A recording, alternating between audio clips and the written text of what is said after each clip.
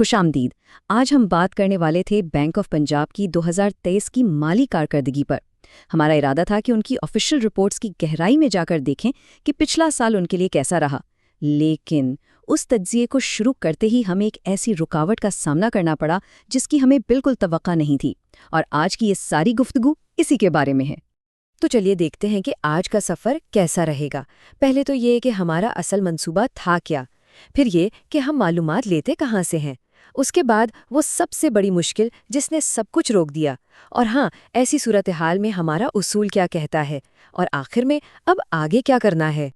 देखिए, हमारा प्लान बिल्कुल सीधा साधा था। हम बैंक ऑफ पंजाब की 2023 की कारकर्दगी को आप कह लें कि खोल कर देखना चाहते थे। ये समझना चाहते थे कि बैंक के अंदर माली तौर पर क्या बड़ी तब्दीलियां आईं।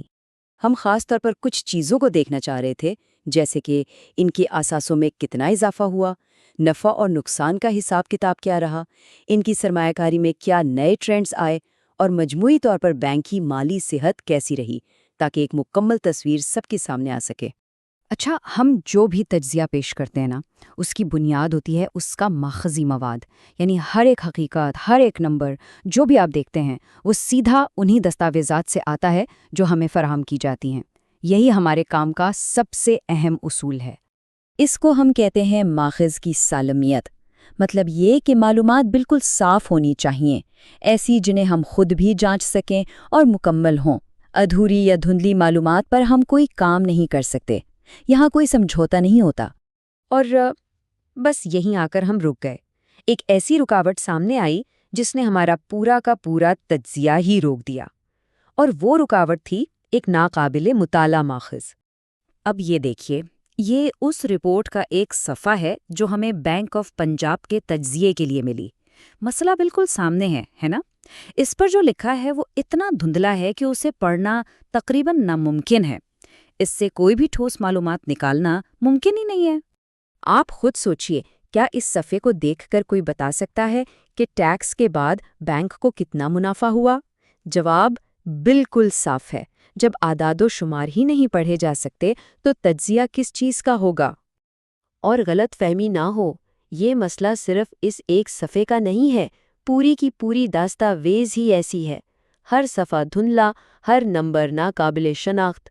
इस हालत में डेटा निकालने का तो सवाल ही पैदा नहीं होता। तो जब ऐसी सूरत हाल आती है ना, हम फ़ौरन अपने सबसे बुनियादी उसूल की तरफ देखते हैं, और वो उसूल है दुरुस्ती हर चीज़ से पहले। हमारा मिशन क्या है? माखसी मवाद की वजाहत करना, और अगर माखज़ ही पढ़ा ना जा सके तो इसकी वजाहत कैसे की जा सकती है? ये तो बहुत आम सी बात है। अगर हम अपनी तरफ से डेटा बनाकर पेश कर दें तो ये तो सीधा सीधा अपने बुनियादी असूल की खिलाफवर्जी होगी। हमारा काम अंदाजे लगाना नहीं है, बल्कि हकाइक को सामने लाना है। तो अब सवाल ये है कि आगे क्या? उसका हल बहुत सादा है। हम थोड़ा रुकेंगे, वजाहत का इंतज़ार करेंगे। हम शफाफियत में यकीन रखते हैं, इसीलिए ये सारी सूरत हाल आपके सामने रख रहे हैं। तो हमारा मंसूबा अब 3 मराहिल पर मुश्तमिल है। पहला, हम इस तज्जिए को फ़िलहाल मुलतवी कर रहे हैं। दूसरा, हम कोशिश करेंगे कि बैंक ऑफ पंजाब की एक साफ़ सुथरी आला मेयार की रिपोर्ट हासिल करें। और तीसरा, जैसे ही हमें वो दस्तावेज़ मिलेगी, हम अपना पहले से मंसूबाबंद तज्जिया तैयार करके ज़रूर पेश करेंगे। बस सीधी सी बात यह है कि बैंक ऑफ पंजाब की माली कारकर्दगी पर ये गहराई से जायज़ा ज़रूर होगा, लेकिन उस वक्त जब हमारे पास एक ऐसी माखज़ी दस्तावेज़ हो जिस पर हम खुद भी एतबार कर सकें और जो पढ़ने के काबिल हो। और आखिर में एक सवाल छोड़े जाते हैं।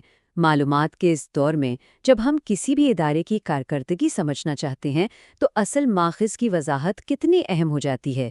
क्या इसके बगैर सही तस्वीर देखना मुमकिन है?